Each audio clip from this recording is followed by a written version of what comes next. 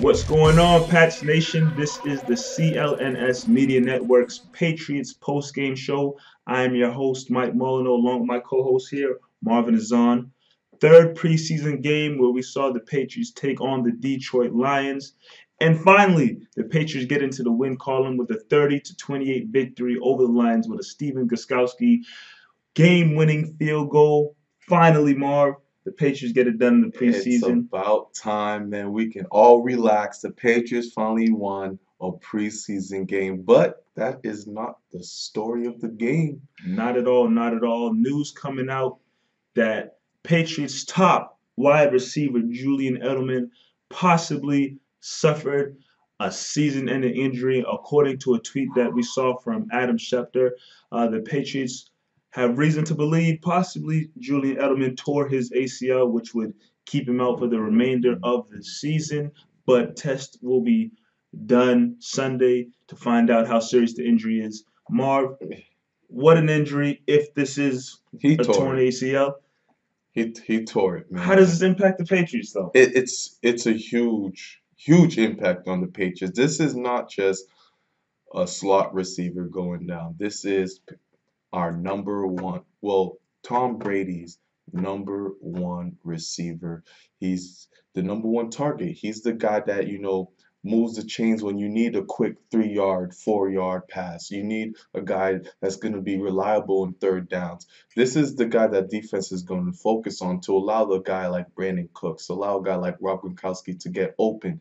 And losing him is really significant when you lose your number one guy because that means everyone else on the team has to adjust now. Now you got to move guys like maybe a Brandon Cooks to a slot. Amendola starts to have a bigger role. Malcolm Mitchell maybe comes up. And maybe a guy that it was playing, playing for a roster spot has a chance now. You have a guy like Austin, what's his name? Austin Carr. You have a guy like Dave Lucien who's fighting for a spot. Hollister. You got guys here that need to step up now to fill in that role when when you lose a Julian Edelman. Brady's gonna be fine. We've seen him with many weapons before. Bum When sometimes. when a guy goes down, next man up. A Kemba Tompkins can come out of nowhere for this team and really emerge. So Sign back Aaron Dobson. eh, We won't be signing back Aaron do Dobson. not bring up Dropson on this show ever again, Mike.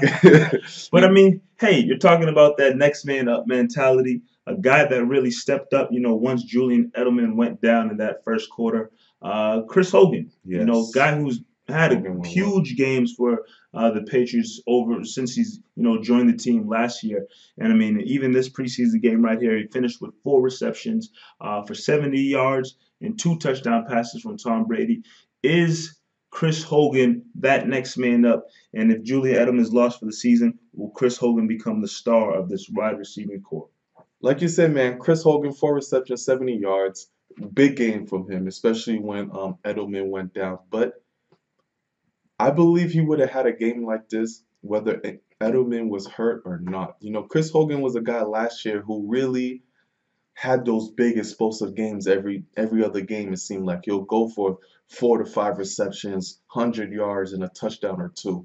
And I don't think his role ever changes with this team with Edelman gone. He's always going to be that big play receiver for us for the New England Patriots. And it's gonna have other guys who change their role. I think this Edelman injury affects Amendola.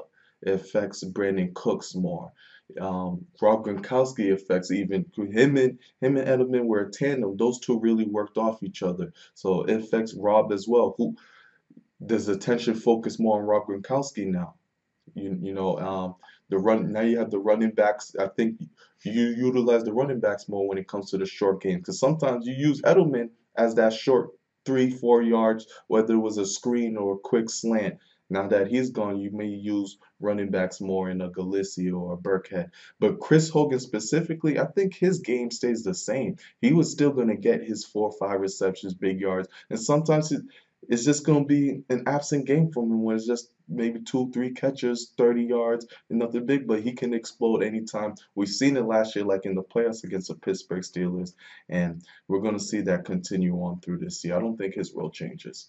Well, hey, if his role doesn't change and he can produce like he did last season, then the Patriots are still, in good hands with the guys that they have. One thing that we saw with this Patriots team over the offseason, while they do have, you know, high level players, they still brought in guys to, fill in behind them. Obviously Gronkowski's there, but why not bring in a Dwayne Allen? Obviously you have Julian Edelman and Chris Hogan, but why not try to trade and get a Braden Cooks? Patriots always want, enough guys to step up if their number is called upon. Same thing could be said about, the running backs. You already have a Dion Lewis and James White. Obviously you lose a LeGarrette Blount, but let's bring in a Mike Gillislee. The Patriots also brought in, Rex Burkhead.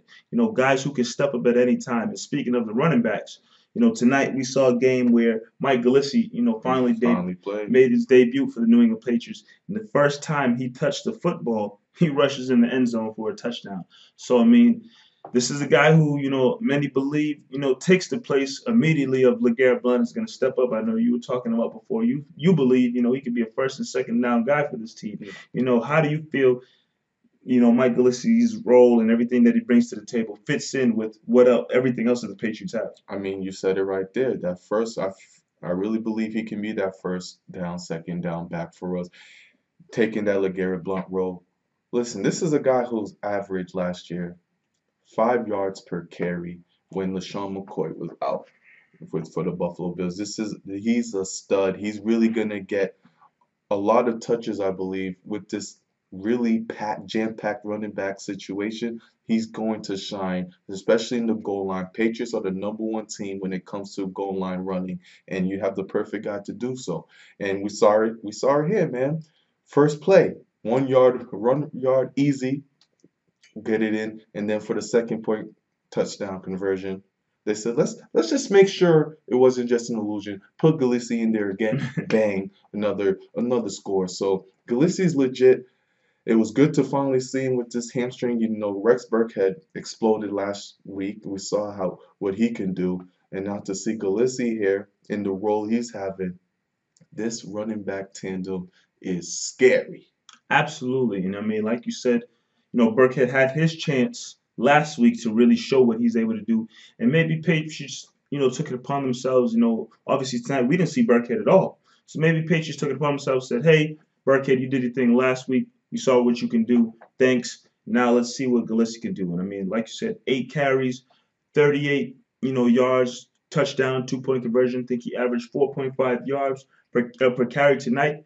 That's what Mike Gillislee is all about. He's able to not only, punch it through the tackles, but he's able to pick up a lot of yards when he's making moves.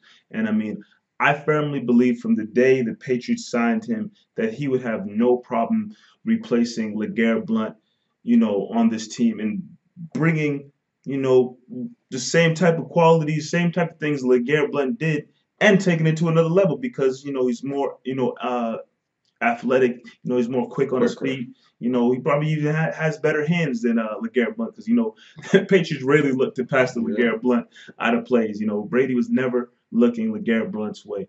But, you just have to be happy with what you're seeing all around from this team.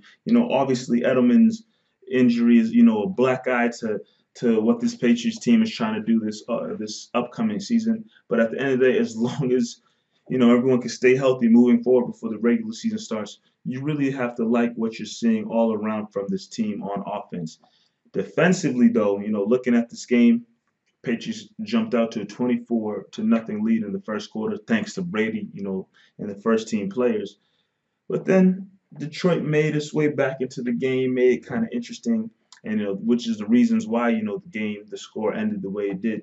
What did you see from this defense? What didn't you see from this defense? What stood out to you? It was a tale of two halves with this team. Like you said, they jumped off early. Brady was on fire, connected with his receivers. I believe Brady went, 12 for 15, 174 yards, 2 touchdowns.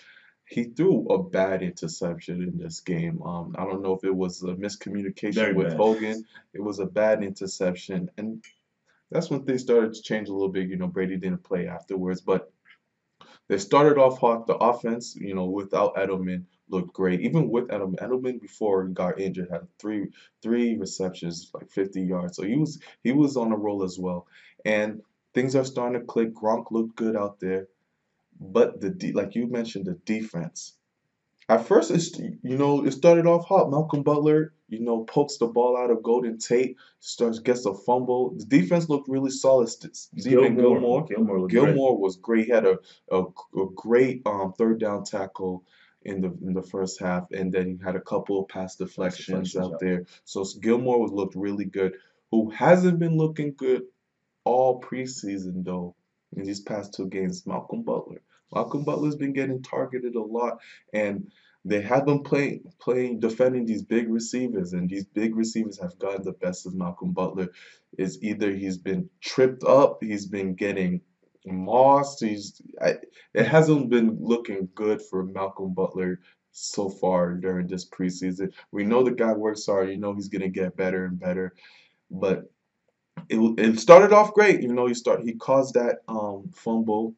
Started with a turnover, but Marvin Jones got the best of Malcolm Butler Sure did. in this one. But Marvin Jones was killing everybody in the secondary, honestly. But Malcolm Butler, past two games, hasn't looked great. And then the defense in total, especially when the second team came on, got crushed. Got crushed. And that's been the storyline all preseason. They scored, what, 24 unanswered points, 28 unanswered points on the Patriots. You couldn't stop them. The quarterbacks looked good. Stafford started looking good. They had a quarterback I've never even heard of, Ruddick. He started 10 to 13, 113 yards and a touchdown he pass. started balling. So I'm kind of scared. I know you weren't too concerned about it because it's just preseason and it's the second and 13, but 3 games in a row now, and this defense hasn't shown me much. No Hightower in there. You don't have all your captains. The first team's not playing all the time. But I want to see more from Eric Rowe. I want to see more from a Cyrus Jones. Eric Rowe got an interception though in the first half. He did well, but I want to see more from this secondary other than Gilmore and Malcolm Butler, because in this new offense they're spreading you out. There's going to be 4 wide receivers out there, and these quarterbacks have been looking good against the Patriots. Absolutely.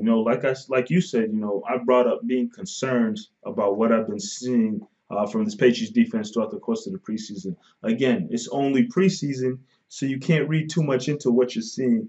But at the same time, this is a Patriots team that, all during 2016, they were ranked, top 5 in teams to give up the least amount of points.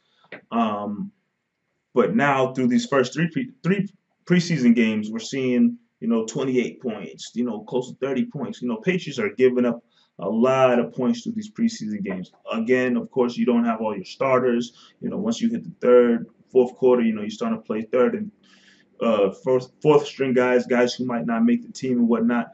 So you can't get too mad at the performance of the defense. But at the same time, you hope that the defense somewhat, reflects what you want to see during the course of the regular season. And what we're seeing during these preseason games hasn't looked too good.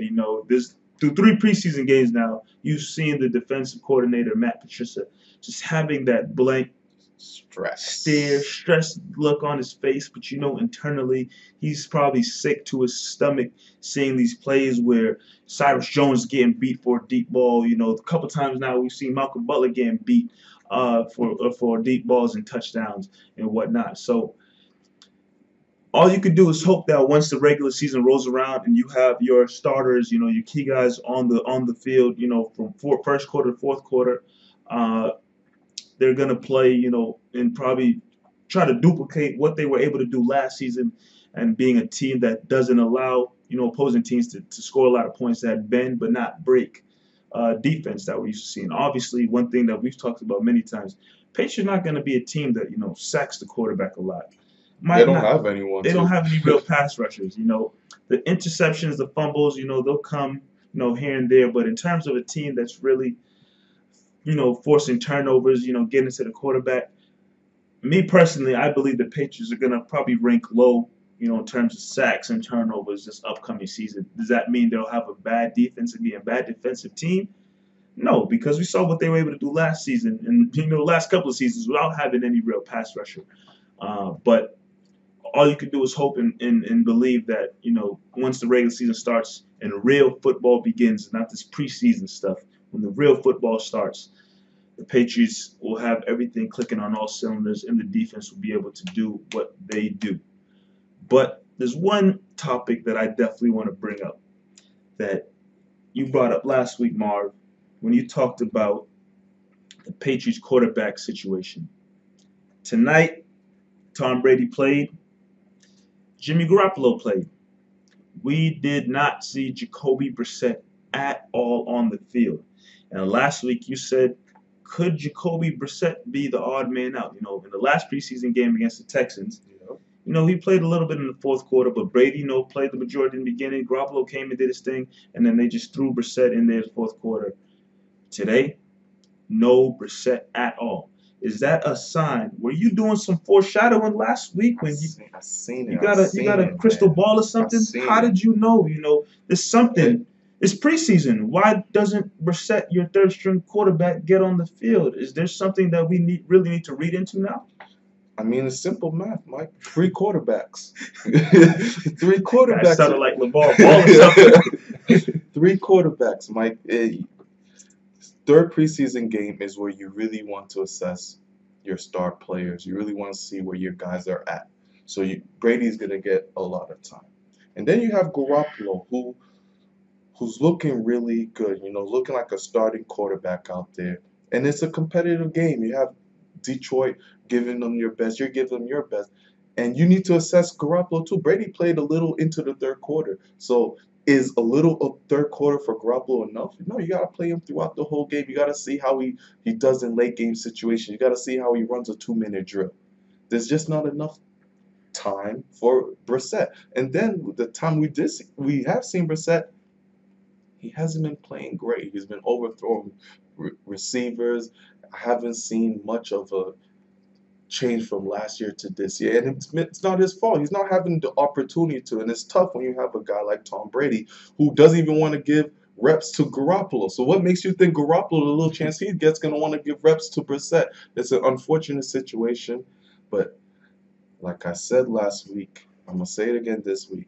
I'm not saying he's going to get cut, but don't be surprised if he does. And now the injuries are starting to pile up. You got guys who are starting to become disappointments in defense. Coney Ely. You're going to start wanting to make some more roster moves by the end of the year. Patriots continue to make roster moves in preseasons. If you remember last year, we got Eric Rowe and Mingo during the preseason. So Patriots like to continue to make moves. Do not be surprised if a guy like Jacoby Brissett doesn't make the teams. And then there's going to be guys that are really good who don't make the team. Your guy, DJ Foster. DJ Foster, running back, who these past 3 games has played lights out. Even last year, he looked great, especially last year when he had an opportunity to make the team because you knew Dion Lewis had a setback and he wasn't coming back. He still didn't make it. There's no room for DJ White. When you have 5 running backs in Bolden, Lewis, Gillislee, Burkhead, White, guys who have big contracts as well. So what do you do with a Foster? It's tough, man. It's tough. The Patriots roster is always an interesting one because sometimes you have like the situation you're talking about, guys who you believe can stick around like a DJ Foster who might not be able to stick around on team. Guys who Patriots, invest a lot in sign or trade for, like Coney Ely, who you think maybe might have a huge impact. And all we've heard throughout the course of, training camp and preseason is how much of a disappointment he's been. And, when you get to Brissett in his situation, do they cut him because they just don't need a third quarterback on the team?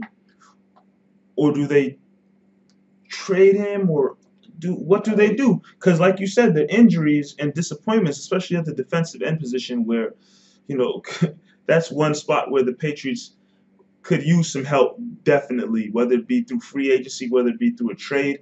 That's a position where the Patriots definitely need some help. He's on a rookie contract. He doesn't hurt you if he's on your team. He's not taking much money off of you. But I don't know his value for trades right now. There are, there's a bunch of quarterbacks, Kaepernick, who's out there that still don't have jobs. Are you really throwing a Brissett out there for a trade? I doubt it. if anything, he's either on the team or he gets cut. I don't see him getting traded. Um, your first question is he needed on this team? No. In all honesty, he was needed last year because of the Brady situation. Anything happens to Garoppolo, which it did, Brissett will be able to step in. I like the guy. I see the potential in him, but Brady's look after today. Brady's looking like he's not slowing down.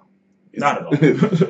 I haven't seen any kind of setback in Brady. The throws were great from Brady. He looked amazing out there. Garoppolo is well polished. We still don't know his situation. And then he's the odd man out. And this is a business. 3 quarterbacks when you can add another guy. Mike, like this defense is hurting right now. Oh yeah. Last week they had only 1 sack. You know how many sacks they had this week?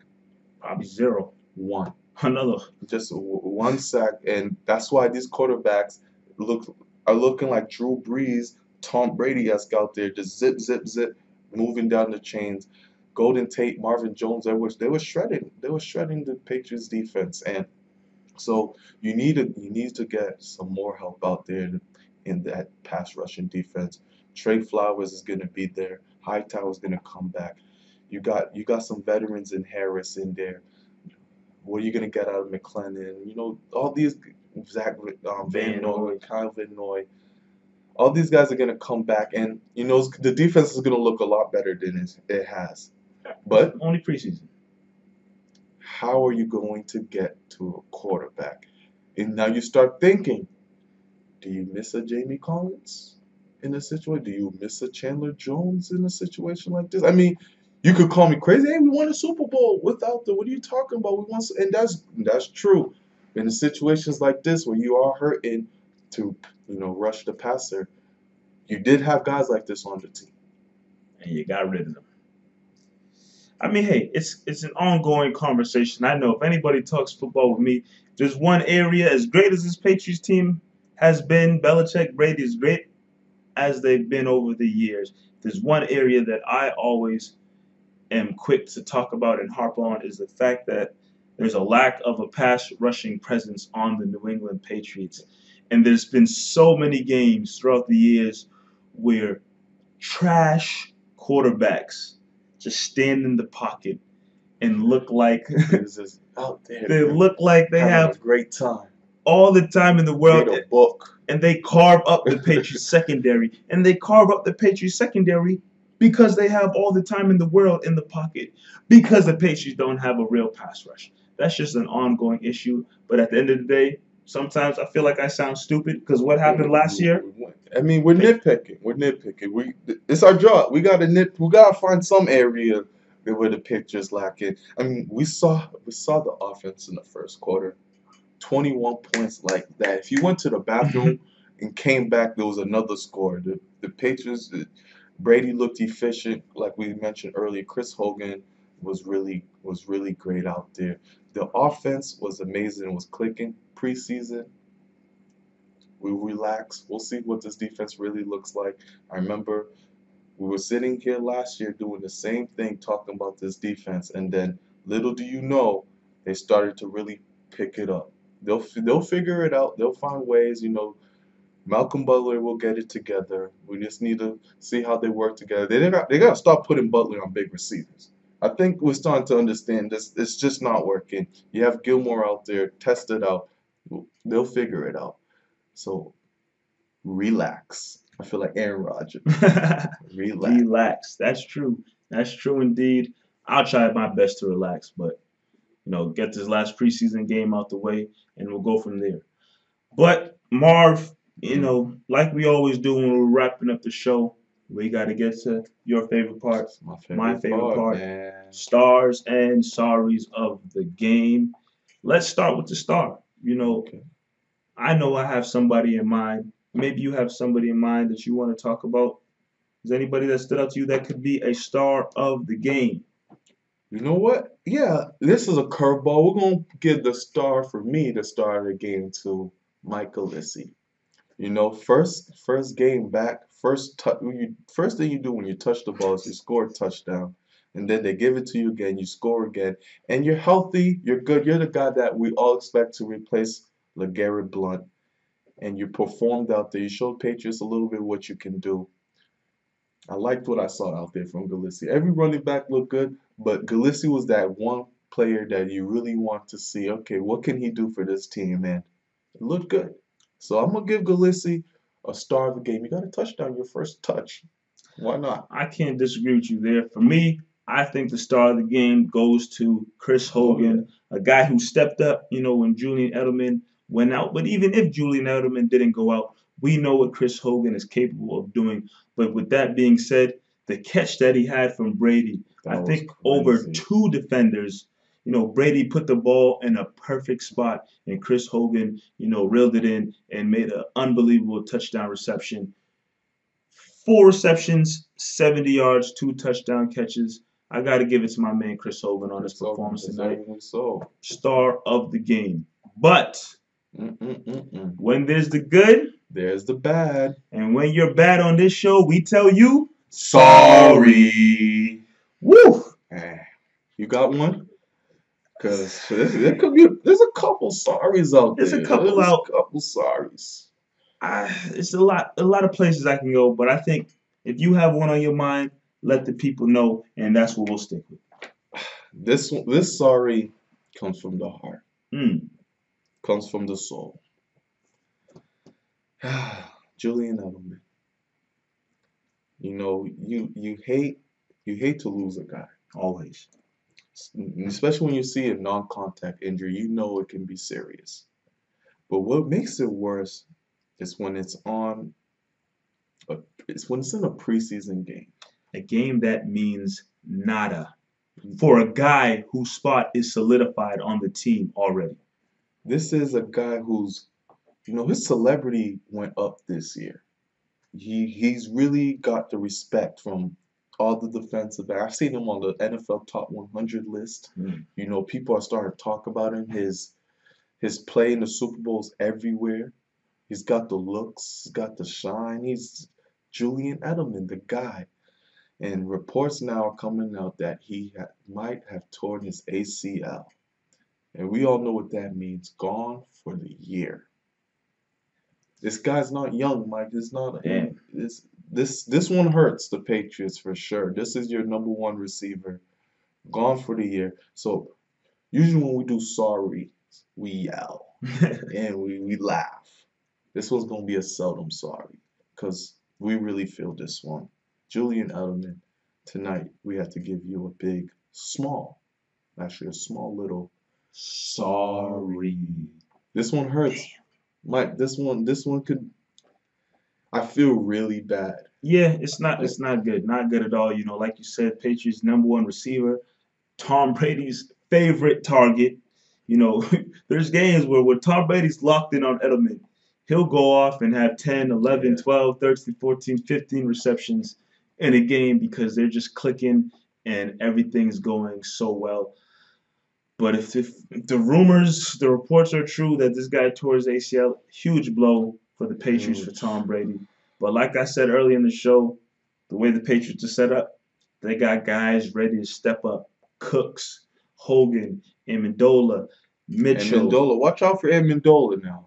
Amendola can have a really big. I think he's the guy whose role changes the most on this team with Edelman gone. Watch out for Amendola. You have a healthy Gronkowski back this season, and then you add in a Dwayne Allen, another great tight end in this league. He needs to continue studying. I heard he's struggling with the playbook a little bit. I heard he needs to stay after school for that playbook and get some more classes and lessons in. But I mean, we'll be watching.